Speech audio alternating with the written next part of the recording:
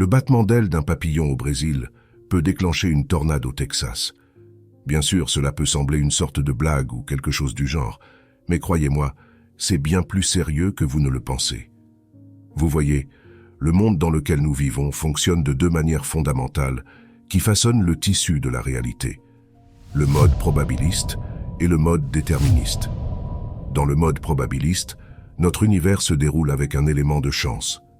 De petits événements apparemment insignifiants, comme les ailes d'un papillon, peuvent se transformer en conséquences significatives et imprévisibles.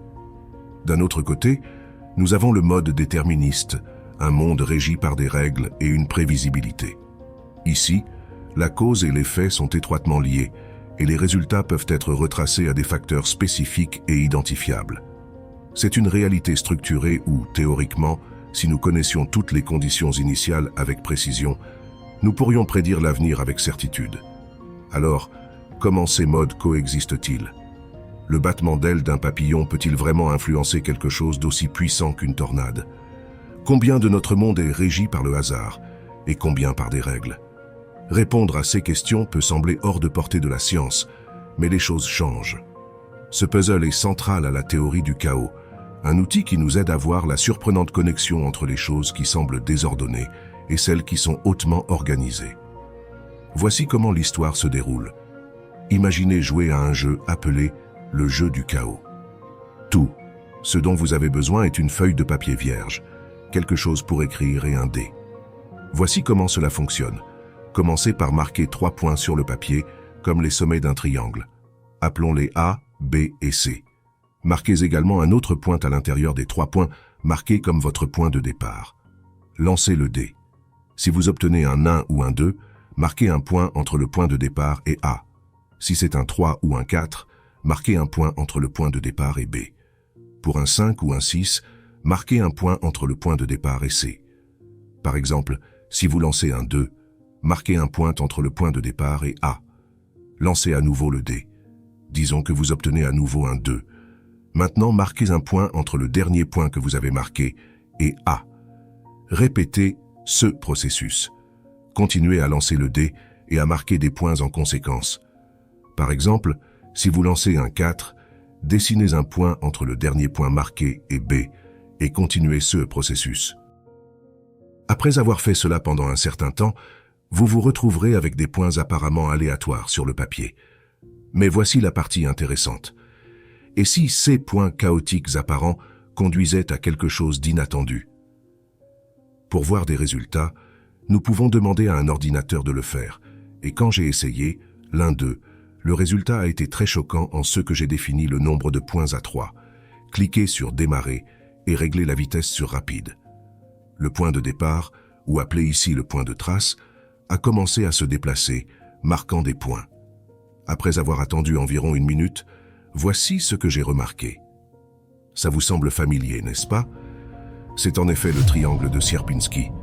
Des points aléatoires et le chaos nous conduisent à un motif si ordonné et symétrique. Ceci est une partie de la théorie du chaos, qui est généralement définie comme la branche des mathématiques qui se concentre sur le comportement des systèmes dynamiques qui sont très sensibles aux conditions initiales. Donc, les conditions initiales dans ce cas étaient les 3 points à partir desquels nous avons commencé et la règle selon laquelle nous marquions les points. Si, au lieu de 3, vous commencez avec 5 points, vous obtiendrez un motif différent. Dans la théorie du chaos, l'apparente aléatoire conduit à divers motifs, fractal, symétrie et bien plus encore. Vous pouvez vous rendre sur le site web pour l'essayer vous-même. Le lien sera dans la description de cette vidéo, mais ne partez pas encore. Pour un autre exemple, nous devrons commencer par un nombre aléatoire comme ce nombre sur votre écran maintenant. À chaque étape, nous le multiplions par 10 et supprimons le chiffre devant le point décimal. Multiplié par 10, vous obtiendrez ceci. Supprimez le chiffre devant et vous obtiendrez ceci. Multipliez à nouveau par 10. Voici ce que vous obtiendrez. Supprimez à nouveau le chiffre devant. Vous obtiendrez ceci. Ce traitement semble déterministe car il suit une règle fixe. Maintenant, voici le hic. Pouvez-vous prédire l'avenir de notre nombre? La réponse est à la fois oui et non. Initialement, vous pouvez prédire le résultat avec précision pendant quelques étapes, mais après un certain point, la précision devient cruciale. Les ordinateurs, par exemple, stockent un nombre limité de chiffres après le point décimal. Après avoir appliqué notre formule environ 15 fois dans le cas d'un double 64 bits, les résultats deviennent imprévisibles. Cette imprévisibilité survient parce que notre formule élimine les informations à chaque étape, en particulier lors de la suppression du chiffre devant le point décimal. Même si vous commenciez avec des conditions initiales plus précises, comme 100 ou 1000 chiffres après le point décimal, les résultats deviennent imprévisibles après un certain nombre d'étapes en raison de la dépendance critique à la condition initiale. Ceci est une simple illustration d'un système déterministe devenant chaotique et imprévisible avec le temps. La théorie du chaos concerne les équations ou les systèmes qui sont déterministes, ce qui signifie qu'il existe des instructions claires sur la façon de calculer l'avenir à partir de l'état actuel sans éléments aléatoires impliqués, mais qui en même temps dépendent si critiquement des conditions initiales qu'il est impossible de prédire l'avenir à long terme. Mais comment tout cela nous affecte-t-il? La théorie du chaos fournit une manière scientifiquement quantifiable, mais en même temps poétiquement suggestive de regarder comment presque tout dans la vie est connecté à tout le reste. Tout, ce qui a une définition et une cohérence, comme un organisme unicellulaire, une guerre, un roman ou un vol d'oiseau, est un système. Tout ce qui change, grandit, s'approfondit ou s'étend est dynamique. Tout ce qui dépend de subtiles chaînes de cause à effet, comme un accrochage menant à une conversation, menant à un rendez-vous, menant à un mariage, menant à une famille, est déterministe. Peut-être plus important encore, tout système ouvert à un changement rapide et imprévisible, ne se déplaçant pas dans une trajectoire droite et ininterrompue, est non linéaire. Les choses les plus intéressantes, intrigantes, stimulantes et excitantes de la vie ont tendance à être des systèmes dynamiques, déterministes et non linéaires.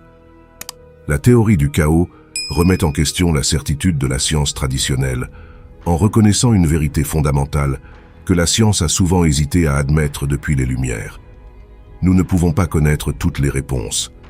Bien que la théorie du chaos ne remplace pas l'idée de déterminisme scientifique des Lumières, elle souligne que même avec une abondance de données et d'informations, nous ne pouvons jamais être entièrement certains du comportement de tout système. Cette incertitude persiste, en particulier lorsque les systèmes interagissent avec d'autres et sont susceptibles à l'influence de petits changements. Même des systèmes apparemment simples, comme un pendule oscillant ou un château de cartes d'enfants, peuvent rapidement sombrer dans le désordre. Ce qui est surprenant cependant, c'est la façon dont des systèmes hautement désordonnés et chaotiques révèlent des modèles inattendus de simplicité. Les systèmes chaotiques ont tendance à suivre des voies stables spécifiques au fil du temps, alors qu'ils naviguent à travers leur espace de phase opérationnelle. Ces voies sont influencées par des attracteurs, l'attracteur étrange étant un type unique trouvé dans les systèmes non linéaires. Il affiche à la fois une stabilité à long terme et une imprévisibilité à court terme lorsqu'il est tracé dans son espace de phase. Le titre d'attracteur étrange fait référence à un type spécifique d'attracteur, montrant que la théorie du chaos ne conduit pas seulement au désordre, mais dévoile également des modèles cachés dans la complexité. Lorsqu'ils sont examinés de près, les simples lignes de ces attracteurs révèlent des couches sur des couches de complexité intriquées. Les motifs se répètent à l'infini, un concept connu sous le nom de similitude à travers l'échelle, vu dans des systèmes naturels tels que les flocons de neige, les feuilles de fougères et les chaînes de montagnes, tous expliqués par la géométrie fractale. Les objets fractales possèdent des propriétés uniques, et l'un des concepts clés est une interprétation moderne de CE que l'ancienne terminologie scientifique appelait microcosmes et macrocosmes. Le terme fractal a été introduit par le mathématicien Benoît Mandelbrot et fait référence à la fraction qui peut exister entre les dimensions dans des systèmes naturels comme une chaîne de montagnes alpines. Le degré de rugosité observé sur un seul sommet de montagne restera cohérent avec le degré de rugosité à travers toute la chaîne s'étendant à l'horizon. Ce concept de dimension fractale cohérente illustre comment l'irrégularité est une propriété caractéristique qui persiste à différentes échelles dans les phénomènes naturels. Ce cadre mathématique a embrassé l'irrégulier, le dentelé et les motifs toujours répétitifs que la géométrie euclidienne avait jugés indisciplinés. Avec les fractales, Mandelbrot a pu quantifier les côtes, modéliser le branchement complexe des arbres et même comprendre l'écoulement turbulent des fluides. Un fractal est un motif sans fin, qui est autosimilaire à différentes échelles. Ils sont créés en répétant un processus simple encore et encore, dans une boucle de rétroaction continue, entraînée par la récursivité. Les fractales sont des images de systèmes dynamiques, les images du chaos. Les fractales sont les motifs irréguliers, uniques laissés par les mouvements imprévisibles du monde chaotique au travail. Les fractales dépeignent un comportement chaotique, mais si l'on regarde de près, il est toujours possible de repérer des aperçus d'autosimilarité au sein d'un fractal. L'ordre fractal est un sous-produit unique et surprenant du chaos. C'est la différence entre le chaotique et le simplement aléatoire. Les systèmes chaotiques ne se répètent jamais tout en restant un système identifiable, tandis que les systèmes aléatoires peuvent tomber dans des cycles répétitifs car ils sont libres de revenir à un point où ils ont déjà commencé. Par exemple, 5 poissons nageant dans un réservoir est un système chaotique, car tous les 5 ne seront jamais exactement dans la même position avec la même direction et le même élan 2 fois. Lancer 5 dés est aléatoire car il est parfaitement possible de lancer la même combinaison plusieurs fois. Chaque système chaotique existe dans les limites de son propre espace de phase. Donc, si le système ne se répète jamais exactement, alors un graphique du mouvement du système devra nécessairement avoir un nombre infini de points, sans que 2 ne prennent jamais exactement le même espace. On s'attendrait à ce que les points apparaissent au hasard sur le papier, et pendant un certain temps ils le font. La sensibilité à l'effet papillon rend un système dynamique ouvert à un changement radical, généralement aussi rapide que transformateur. Un exemple favori des théoriciens de la complexité est le tas de sable. Un grain de sable est peu susceptible de faire une différence à un moment donné, mais tôt ou tard, l'un de ces grains de sable déclenchera inévitablement un glissement de terrain. Ce sont ce qu'on appelle les transitions de phase, et les théoriciens du chaos ont identifié des stabilités inattendues dans les façons dont un état de la matière bifurque exponentiellement en un autre. Les systèmes les plus réceptifs aux transitions de phase sont ceux qui vivent sur le bord du chaos. À un niveau fondamental, l'univers est de nature quantique mécanique, plein d'indéterminisme inhérent et d'incertitudes. Si vous prenez une particule comme un électron, vous pourriez penser à poser des questions telles que « Où se trouve cet électron ?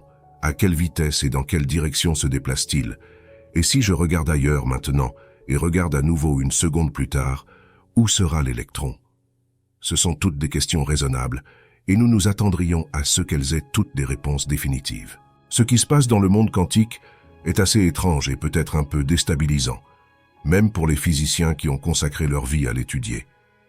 Imaginez que vous voulez savoir exactement où se trouve un électron.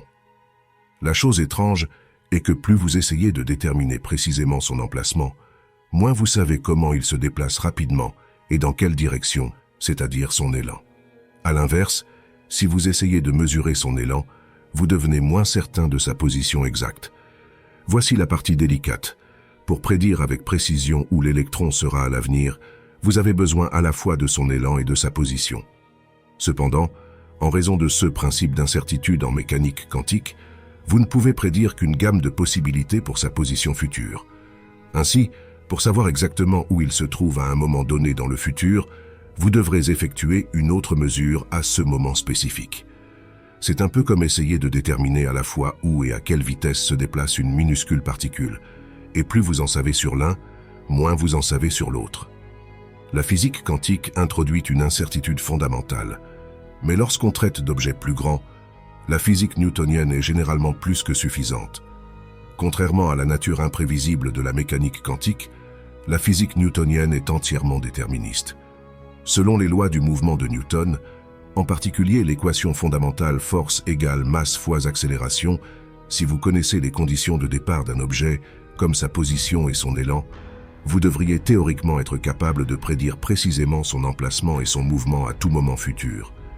L'équation décrit ce qui se passe à l'instant suivant, et au fur et à mesure que le temps avance, elle continue de vous guider sur ce qui se produira à chaque moment suivant, tant que nous avons affaire à des objets où les effets quantiques peuvent être ignorés. Ces règles de la physique newtonienne fonctionnent de manière transparente, fournissant une compréhension claire de l'évolution d'un objet au fil du temps. Même avec des équations complètement déterministes, il existe des limites à la précision avec laquelle nous pouvons prédire le comportement d'un système newtonien. Cela peut être surprenant, et vous n'êtes pas seul à le ressentir de cette façon. De nombreux physiciens éminents, même ceux qui ont étudié en profondeur les systèmes newtoniens, ont initialement cru qu'il n'y aurait aucune limite de ce genre. En 1814, le mathématicien Pierre-Simon Laplace a exprimé cette perspective dans son traité intitulé « Essai philosophique sur les probabilités ». Il a envisagé un scénario où, si nous pouvions rassembler suffisamment d'informations pour déterminer l'état de l'univers entier à un moment donné, nous pourrions utiliser les lois de la physique pour prédire absolument tout sur l'avenir sans aucune incertitude. Cependant, comme nous l'avons compris, les limitations réelles de la prévisibilité dans les systèmes complexes, même dans le domaine de la physique newtonienne, se sont avérées plus nuancées que ce que l'on imaginait initialement. La nécessité d'introduire des probabilités dans les prédictions sur l'avenir ne découle pas toujours de notre manque de connaissances sur l'univers ou des particularités des phénomènes quantiques, comme le principe d'incertitude de Heisenberg. Au lieu de cela, elle peut être attribuée à un phénomène classique connu sous le nom de chaos. Même si nous avons une compréhension précise des conditions initiales d'un système, des équations déterministes telles que les lois du mouvement de Newton ne conduisent pas toujours à un univers déterministe. Cette révélation remonte au début des années 1960, lorsque Edward Lorenz, professeur de météorologie au MIT, a cherché à améliorer les prévisions météorologiques à l'aide d'un puissant ordinateur central. Bien qu'il pensait avoir un modèle météorologique fiable, un ensemble complet de données mesurables, température, pression, conditions de vent, etc., et un ordinateur doté d'une puissance de calcul considérable, Lorenz a tenté de prédire les conditions météorologiques loin dans le futur. Il a formulé un ensemble d'équations, entré les données et exécuté le programme. Cependant, lorsqu'il a réentré les mêmes données et exécuté le programme pour une période prolongée, les résultats n'étaient pas ceux qu'il attendait. Ce résultat inattendu a marqué la reconnaissance du chaos dans les systèmes déterministes. Remarquablement, lors de la deuxième exécution du programme, Edward Lorenz a observé une divergence surprenante. Une différence minime à un moment donné a rapidement conduit les deux systèmes à se comporter comme s'ils étaient entièrement sans rapport, évoluant de manière chaotique l'un par rapport à l'autre. En enquêtant, Lorenz a découvert la cause profonde. Lorsqu'il a réentré les données pour la deuxième exécution, il a utilisé les valeurs arrondies de l'impression de l'ordinateur de la première exécution comme paramètre d'entrée. Bien que cette divergence ait pu sembler insignifiante, correspondant éventuellement à la largeur d'un atome ou moins, elle a eu un impact profond sur les résultats, en particulier lors de la projection du système loin dans le futur. Ce phénomène, où de minuscules différences imperceptibles dans les conditions initiales entraînent des résultats radicalement différents, est ce que nous connaissons sous le nom d'effet papillon. Il illustre que même dans des systèmes entièrement déterministes, le chaos peut émerger des plus petites variations dans les conditions de départ. Parce que nous ne pouvons jamais connaître toutes les conditions initiales d'un système complexe avec suffisamment de détails, nous ne pouvons espérer prédire son destin ultime. Même de légères erreurs dans la mesure de l'état d'un système seront amplifiées de manière spectaculaire, rendant toute prédiction inutile. Puisqu'il est impossible de mesurer les effets de tous les papillons dans le monde, une prévision météorologique précise à long terme restera toujours impossible. Bien que la plupart des sciences traditionnelles traitent de phénomènes supposément prévisibles comme la gravité, l'électricité ou les réactions chimiques, la théorie du chaos traite de choses non linéaires qui sont effectivement impossibles à prédire ou à contrôler, comme la turbulence, la météo, le marché boursier, nos états cérébraux, etc. Ces phénomènes sont souvent décrits par des mathématiques fractales, qui capturent l'infinie complexité de la nature. De nombreux objets naturels présentent des propriétés fractales, y compris des paysages, des nuages, des arbres, des organes, des rivières et de nombreux systèmes dans lesquels nous vivons présentent un comportement chaotique complexe. Reconnaître la nature fractale chaotique de notre monde peut nous donner de nouvelles perspectives, du pouvoir et de la sagesse. Par exemple, en comprenant la dynamique chaotique complexe de l'atmosphère, un pilote de ballon peut diriger un ballon vers un emplacement souhaité. En comprenant que nos écosystèmes, nos systèmes sociaux et nos systèmes économiques sont interconnectés, nous pouvons espérer éviter des actions qui pourraient finir par être préjudiciables à notre bien-être à long terme. La boucle de rétroaction continue dans le marché boursier est un exemple simple mais puissant de la façon dont de petites actions peuvent déclencher de plus grandes conséquences imprévisibles dans des systèmes complexes. Un autre exemple de cela est une relation prédateur-proie dans un écosystème, comme les loups et les cerfs. Lorsque la population de cerfs est élevée, il y a une abondance de nourriture pour les loups, ce qui fait augmenter la population de loups. À mesure que la population de loups augmente, ils chassent plus de cerfs, entraînant une diminution de la population de cerfs. Maintenant, avec moins de cerfs, les loups ont moins de nourriture, ce qui fait diminuer leur population. Cela crée une boucle de rétroaction. L'abondance de proie influence le prédateur, et l'abondance de prédateurs influence la proie. Ce cycle se poursuit avec les populations de loups et de cerfs fluctuant au fil du temps. Le mécanisme de rétroaction dans ce système écologique peut entraîner des changements dynamiques, souvent imprévisibles, dans les tailles de population. Tout système où les actions de ses composants s'influencent mutuellement peut présenter une rétroaction, conduisant à des comportements complexes et parfois chaotiques. La rétroaction dans le chaos montre que la prévisibilité parfaite est souvent une illusion. Accepter l'incertitude inhérente peut être libérateur. Au lieu d'essayer de tout contrôler, nous apprenons à nous adapter et à naviguer dans les modèles émergents qui résultent de l'interaction constante des boucles de rétroaction observées dans le monde.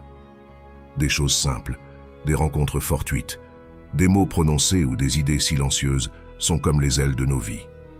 Embrasser l'imprévisibilité suscite la créativité et nous transforme en improvisateurs, façonnant non seulement nos vies, mais aussi le monde qui nous entoure. La théorie du chaos pourrait être une étincelle pour une nouvelle vague de pensée, pas seulement pour les scientifiques, mais pour tous ceux qui sont curieux. L'effet d'ondulation nous incite à repenser le hasard, l'ordre et notre rôle dans le tableau plus large. La leçon clé du chaos est la suivante. Même lorsque vos équations sont parfaitement déterministes, vous ne pouvez pas connaître les conditions initiales avec une sensibilité arbitraire. Lorsque le présent détermine l'avenir, mais le présent approximatif ne détermine pas approximativement l'avenir, c'est le chaos.